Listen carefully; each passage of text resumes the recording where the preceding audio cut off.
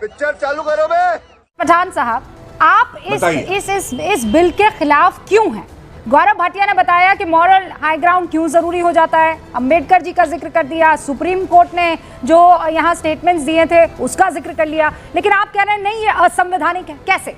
अभी बताता है भाई, अभी बताता है, अभी किया ना, अभी बताता है। ये सबसे पहली बात तो ये है कि करप्शन के खिलाफ हम आप सब है, पूरा देश है। इसलिए बीजेपी ये नहीं बोले कि हम करप्शन के खिलाफ हैं, लेकिन इस तरह का जो बिल आ रही है पूरी तरह से असंवैधानिक है। हम बोले एंटी डेमोक्रेसी है, ये theory of suppression of power के अगेंस्ट है, ये जो जनता का पावर है उसके अगेंस्ट का ये बिल है। और बीजेपी तो हाई मॉरलिटी की बात ना करे तो ही अच्छा है, क्योंकि देश के प्रधानमंत्री ने स्टेज पे से खड़े होकर कहा था महाराष्ट्र के मंत्री के लिए कि इतने हजारों करोड़ों का इन्होंने घपला कर दिया। अजीत दादा पवार की बात कर रहा हूं मैं। महाराष्ट्र के जो मुख्यमंत्री थे देवेंद्र फडणवीस साहब ने कहा था कि इन जेल अजीत दादा चक्की पिसिंग एंड पिसिंग एंड पिसिंग, इतने हजारों करोड़ का घपला करने वाले को बीजेपी ने अपने पास ले लिया। और इतना ही नहीं, अभी तो डिप्टी सीएम बने महाराष्ट्र के, साथ में है वो। तो इसलिए ये हाई मोरालिटी की बात बीजेपी के मुंह से जरा भी शोभा नहीं देती। अब क्यों हम लोग मुखालिफत कर रहे हैं बिल की, रूपिका जी भी जानना बहुत जरूरी है।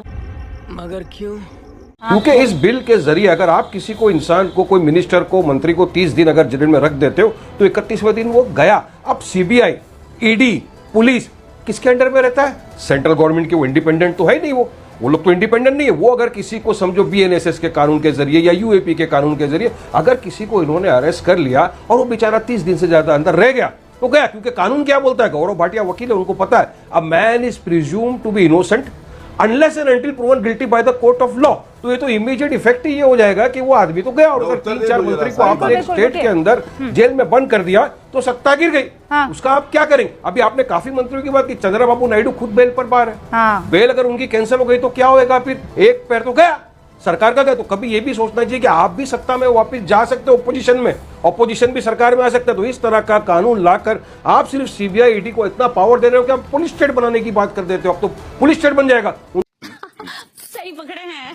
कहाँ बताइए मुझे। एक इम्पोर्टेंट बात यह है, एक इम्पोर्टेंट बात यह है कि इस बिल के जरिए ये बताया जा रहा है कि प्रेसिडेंट को पावर है कि प्राइम मिनिस्टर को अरेस्ट वो कर दे उनके खिलाफ। कैसा करेंगे? चलिए, जब आर्टिकल 74 गौरव भाटिया ने पढ़ा है संविधान का, उसमें है कि काउंसिल ऑफ मिनिस्टर्स एड और एडवाइस करेगा प्रेसिडेंट को कि वो प्रधानमंत्री के खिलाफ एक्शन, तो किस तरह से प्रधानमंत्री के खिलाफ एक्शन लिया जाएगा। तो कुछ नहीं होना है। बहरहाल अभी जो जेपीसी के अंदर है, हमारे पार्टी प्रेसिडेंट ने आज भी कहा अगर स्पीकर हमको इजाजत देगा तो हम भी उसका हिस्सा बनेंगे। खाओ माँ कसम। गवर्नमेंट सर्वेंट के ऊपर अगर कोई केस होता है, अंदर आ जाता है, तो फिर इस तरह का बिल लाने की जरूरत ही क्या है? अरे वो तो मोरल ग्राउंड के ऊपर आप कंफ्यूज कर रहे हैं दो चीजों में। अच्छा, गवर्नमेंट सर्वेंट यानी ये जो पब्लिक ऑफिसर्स वगैरह हैं उनकी बात हो रही है। 48 घंटे अगर वो जेल में बंद रहते हैं तो वो अपने आप अपने पद से उनको इस्तीफा देना पड़ता है। लेकिन ये काम नेताओं के केस में नहीं होता है। नेताओं के केस में नहीं होता है ना भाई। आप लोग चुनाव जीतने के बाद समझते हैं पावर आपकी मैं तो उनकी बात कर रहा हूँ भाई, नेता लोग, मैं सबकी बात कर रही हूँ। अरे चुनाव जीतने के बाद तो पब्लिक का पावर है कि नेता को सवाल करेगा कि हमने लेकिन आप पब्लिक के नौकर हैं। आपने किया है तो आप फटिए। पब्लिक ने आपको पावर दिया है उनकी नौकरी करने के लिए। आप पब्लिक को बेवकूफ बना के वो पावर अपने लिए थोड़ी इस्तेमाल कर लेंगे। जैसा अभी कुलदीप भाई बोल रहे थे कि जेल से चले कि बाहर से चले, क्या फर्क पड़ता है? जनता बेवकूफ थोड़ी है जाके क्लीन हो जाओ। आप जनता को जनता तो समझदारी की बात है। तो जनता को समझाना चाहता हूँ कि आप हजारों करोड़ का घपला कर दो, उसके बाद में मॉरल ग्राउंड की बात जाने दो और आप सीधे सीधे चले जाओ बीजेपी में, के अंदर घुल के आ जाओ और सीधा आप बन जाओ। जोर जोर से बोल के लोगों को स्कीमें बता दे। सुरखाब के पड़ लगे हुए हैं क्या सतीश के सिंह साहब कि सफेद पोश जितने भी नेता हैं, कितना भी काला काम कर ले, कितना भी बड़ा आरोप लग जाए, वो रहेंगे सत्ता में? बिल्कुल आप कह रही हैं, सही कह रही हैं कि नेताओं को या किसी को भी दागदार तो नहीं होना चाहिए, ये बात तो है। लेकिन ये सवाल मोरालिटी का है भाई। मैं तो ये देख रहा हूं कि अगर ये कानून आ गया तो यहाँ जो 3 वकील हैं इनकी नौकरी चली जाएगी। ये क्या करेंगे वकील? पता नहीं। जब न्यायालय की व्यवस्था है हमारे यहाँ तो भाई न्यायालय, पुलिस कोई अरेस्ट कर लेता है तो थोड़ी ना वो सजा हो जाती है, उसको केस लड़ना पड़ता है। तो ये तो वकीलों का काम खत्म, न्यायाधीशों का काम खत्म। कोई किसी को अरेस्ट कर ले, स्टेट का पूरा जो राइट्स है। आपको मालूम है कि जयललिता कहाँ के केस में गई थी? कोई उनका सेंट्रल केस था नहीं, वो था कर्नाटक का केस। बात यह है कि राज्यों का अधिकार का कुछ पता नहीं। फिर बात है कि कोई किसी के ऊपर जो है 30 दिन के लिए अंदर कर दिया, जय हिंद, उसके बाद तो कोई होगा ही नहीं काम। पहले हम समझना चाहते हैं कि आखिर ये बिल अभी लाया क्यों गया है? क्यों लाया गया है? क्या कोई डिफ्लेक्ट करने की कोशिश है? और अगर लाया ही गया है तो इसमें एमपी, एमएलए और जो पीपल रिप्रेजेंटेटिव हैं या गवर्नर, इन लोगों को बाहर क्यों रखा गया? क्यों रखा गया? जब सफाई करनी है तो पूरा सफाई करो। ये बड़ी अच्छी बात कही आप। एक बात और मैं कहना चाहता हूं, देखिए अभी अगर ये बिल हो गया तो मैं आज पढ़ रहा था एक रिपोर्ट जिसमें दावा किया गया है कि 33% जो मुख्यमंत्री हैं, 33% वो 10 मुख्यमंत्री ऐसे हैं जिनकी तो नौकरी क्या तुरंत के तुरंत हट ही जाएंगे।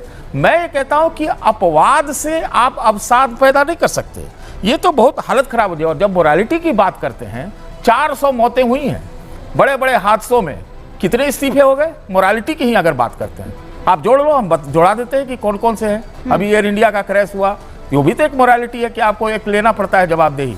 बात ये नहीं है, बात है कि जो संवैधानिक ढांचा है और जिस डॉक्टर अंबेडकर साहब का बात कर रहे थे हमारे गौरव जी, बात यही है कि उन्होंने भी तो यही कहा था ना कि भाई बैलेंस ऑफ पावर हो और सबकी अपनी अपनी जो है अधिकार दिए गए हैं कि एक कोई बदमाशी करे, ज्यादती करे, कोई टारगेट करे तो दूसरा वहां पर खड़ा रहता है। ऐसे तो क्या है कि समरी ट्रायल हो गया। तो आप कहना क्या चाह रहे हैं? अभी बताता है भाई, अभी बताता है, अभी किया ना, अभी बताता है कि भ्रष्टाचार के बड़े से बड़े आरोप लगे लेकिन जेल से सरकार चलती रहनी। जमानत के सुने ना, जमानत के बारे में सुप्रीम कोर्ट ने कहा था कि ये bail is a rule, is not an exception. तो भाई आप कोर्ट, आपके यहाँ 6 माले का कोर्ट है, नीचे से ऊपर तक 5 से 6, तो भाई कोर्ट में जो कोर्ट कह दे वो कर दो।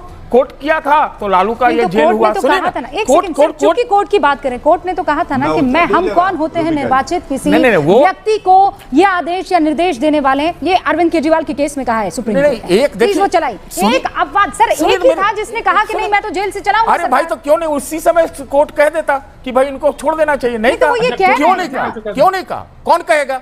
कौन नहीं? अगर न्यायालय नहीं कहेगा तो कौन कहेगा? आप कहेंगे? आप बोल नहीं, हम कहेंगे। अरे भाई न्यायालय ने तो कहा ना कि आप अपनी सूझबूझ पे हम आपको छोड़ते हैं। तो क्या किया सर?